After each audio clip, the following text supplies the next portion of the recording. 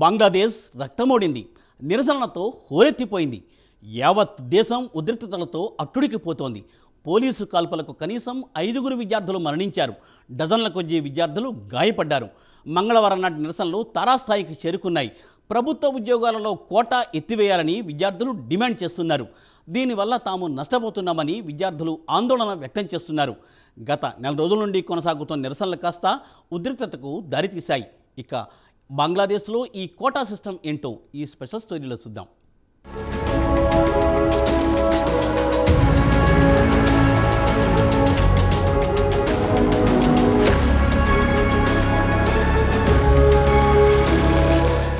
మన పొరుగున ఉన్న బంగ్లాదేశ్లో గత నెల రోజుల నుంచి నిరసనలతో హోరెత్తిపోతోంది. ఇక నిరసనకారుల ప్రధాన డిమాండ్ విషయానికి వస్తే 1971లో పాకిస్తాన్తో బంగ్లాదేశ్ స్వాతంత్ర్యం కోసం పోరాటం చేసిన వార్ వెటరన్స్ కుటుంబాలకు ప్రభుత్వ ఉద్యోగాల్లో ఇస్తున్న 30% కోటాను ఎత్తివేయాలని డిమాండ్ చేస్తున్నారు. ప్రభుత్వ ఉద్యోగాల్లో ఇలా కోటా ఇస్తూ పోతుంటే ఎంతో కష్టపడి చదివిన విద్యార్థులు నష్టపోతున్నారని, కోటా సిస్టమ్ను తీసేసి దాని స్థానంలో మెరిట్ ఆధారంగా ఉద్యోగాలు ఇవ్వాలంటున్నారు స్టూడెంట్స్. దీంతో ఇటు కోటా అనుకూల, వ్యతిరేక విద్యార్థుల మధ్య ఘర్షణ మొదలైంది. ఇది తారాస్థాయికి చేరి యావత్ దేశం అట్టుడికిపోయింది. మంగళవారం నాడు పోలీసుల కాల్పుల్లో 5 మృతి చెందారు. డజన్ల కొద్దీ విద్యార్థులు గాయపడ్డారు.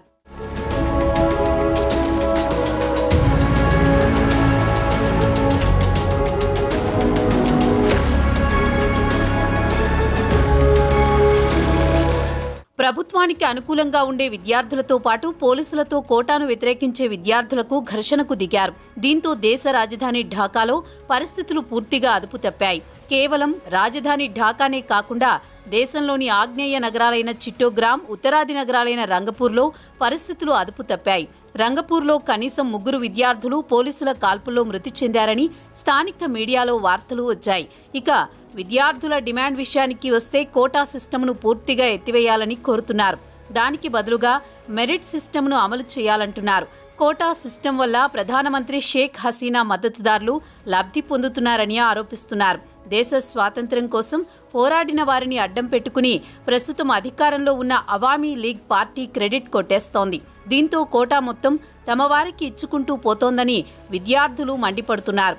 అయితే అధికార పార్టీ మాత్రం ఈ నిరసనల వెనుక ప్రతిపక్షాల కుట్ర ఉందని ఆరోపిస్తోంది.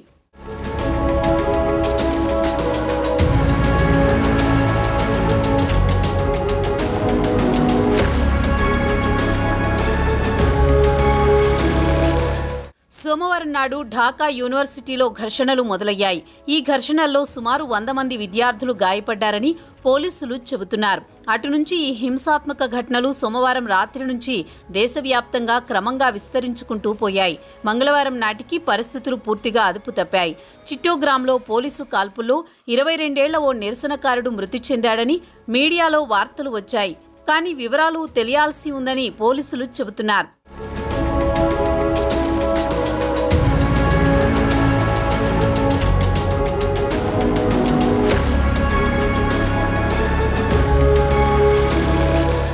ఇక మన దేశంలో మాదిరిగానే బంగ్లాదేశ్లో విద్యార్థులు ప్రభుత్వ ఉద్యోగాల కోసం ఎక్కువ మొగ్గు చూపుతున్నారు. అయితే బంగ్లాదేశ్లో ప్రైవేట్ రంగంలో ఉద్యోగాలు మెరుగ్గానే ఉన్నాయి. ప్రభుత్వ ఉద్యోగాల్లో అయితే ఉద్యోగ భద్రత ఉంటుందని చాలా మంది విద్యార్థులు ప్రభుత్వ ఉద్యోగాల కోసం కష్టపడి చదువుతుంటారు. ప్రతి ఏడాది దేశంలో సుమారు 3000 ప్రభుత్వ ఉద్యోగాలు అందుబాటులోకి వస్తాయి. దీనికి సుమారు 4 లక్షల మంది గ్రాడ్యుయేట్లు దరఖాస్తు చేసుకుంటారు. దీంట్లో 30% కోటా పోతే మెరిట్ ఉద్యోగస్తులు తీవ్రంగా నష్టపోతారని విద్యార్థులు రోడ్డెక్కి ప్రభుత్వానికి వ్యతిరేకంగా నిరసనలకు దిగుతున్నారు.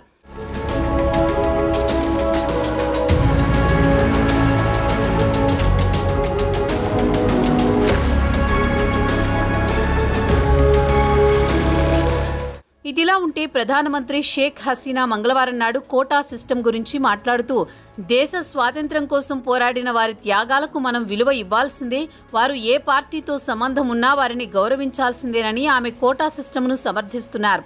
బంగ్లాదేశ్ స్వాతంత్ర్యం కోసం వారు 1971లో తమ కుటుంబాలను, తల్లిదండ్రులను, తమ కలలను అన్నీ పక్కన పెట్టి యుద్ధంలో ప్రాణాలు కోల్పోయారు. వారి త్యాగాలకు విలువ ఇవ్వాల్సిందే, వారి వారసులకు కోటా ఇవ్వడంలో తప్పు ఏమీ లేదని షేక్ హసీనా తన వాదన వినిపిస్తున్నారు.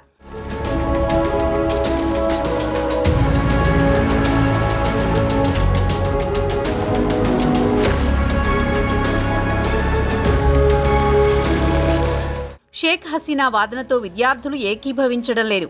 నిరసనగా వారు దేశంలోని జాతీయ రహదారులతో పాటు రైల్వేలను ఎక్కడికక్కడ దిగ్బంధం చేశారు. అయితే ఢాకా యూనివర్సిటీ విద్యార్థుల వాదన మాత్రం కోటా సిస్టమ్ వల్ల తాము నష్టపోతున్నామని, 6 సంవత్సరాల పాటు యూనివర్సిటీలో చదువుకున్న తాము బయటికి వచ్చిన తర్వాత ఉద్యోగం లభించకుంటే తమ కుటుంబం తీవ్రంగా నష్టపోతామని వాదిస్తున్నారు.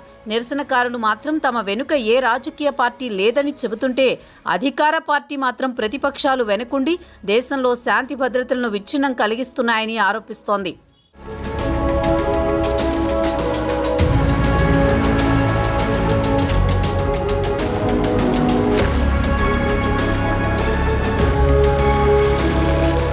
ఇదిలా ఉంటే 2018లో విద్యార్థులు కోటా సిస్టమ్ను రద్దు చేయాలని దేశవ్యాప్తంగా పెద్ద ఎత్తున నిరసన ప్రదర్శనలు చేశారు.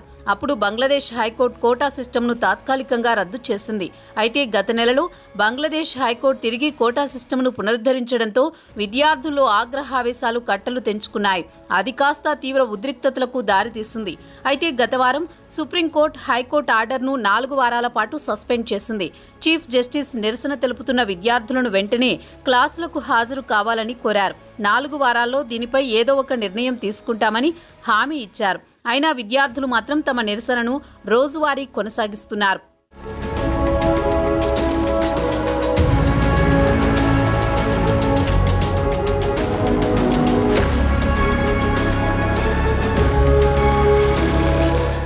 అయితే ప్రభుత్వ ఉద్యోగాల్లో కోటా విషయానికి వస్తే మహిళలకు, వికలాంగులకు, మైనార్టీల కోటా విషయంలో విద్యార్థులు ఎలాంటి అభ్యంతరాలు వ్యక్తం చేయడం లేదు. కేవలం వార్ వెటరన్స్ కుటుంబాలకు ఇస్తున్న కోటాను వ్యతిరేకిస్తున్నారు. 1971లో పాకిస్తాన్తో యుద్ధం చేసి బంగ్లాదేశ్ వేరుపడి ప్రత్యేక దేశంగా ఏర్పడింది.